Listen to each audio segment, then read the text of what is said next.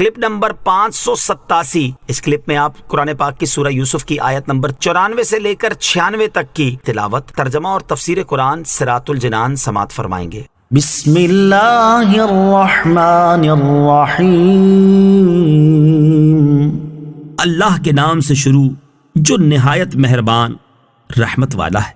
وَلَمَّا فَصَلَتِ الْعِيرُ قَالَ أَبُوهُمْ إِنِّي لَأَجِدُ رِيحَ يُوسُفَ لَوْلَا أَن تُفَنِّدُونِ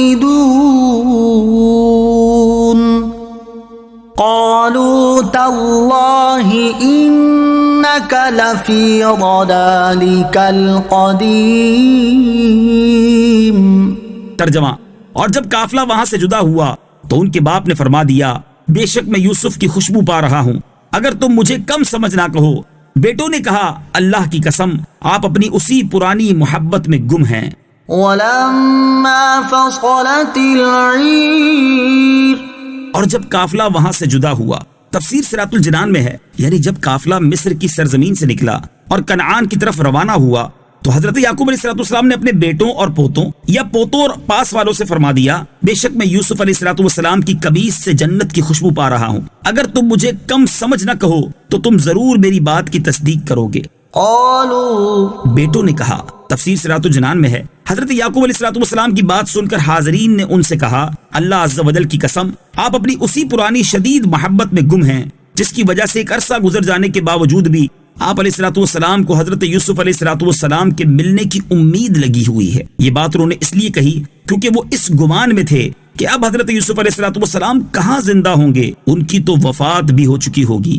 فَلَمَّا أَن جَاءَ الْبَشِيرُ أَلْقَاهُ عَلَى وَجْهِهِ فَارْتَدَّ بَصِيرًا قال ألم أقل لكم إني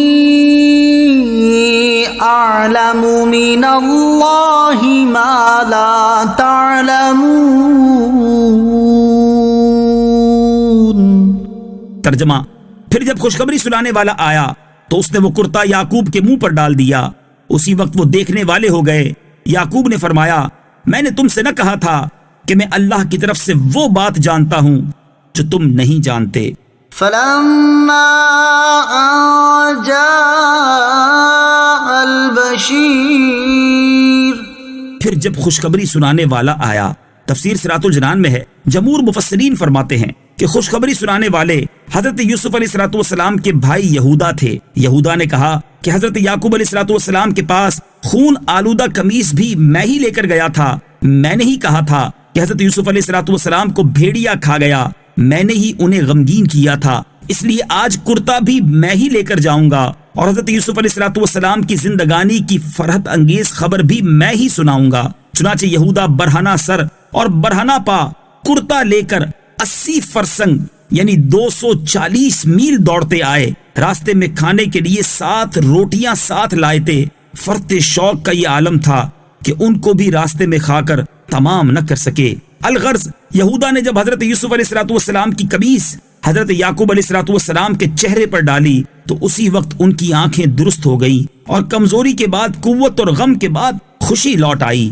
پھر حضرت یعقوب علیہ السلام نے فرمایا، میں نے تم سے نہ کہا تھا کہ میں اللہ تعالیٰ کی طرف سے وہ بات جانتا ہوں جو تم نہیں جانتے، کہ حضرت یوسف علیہ السلام زندہ ہیں اور اللہ تعالیٰ ہمیں آپس میں ملا دے گا۔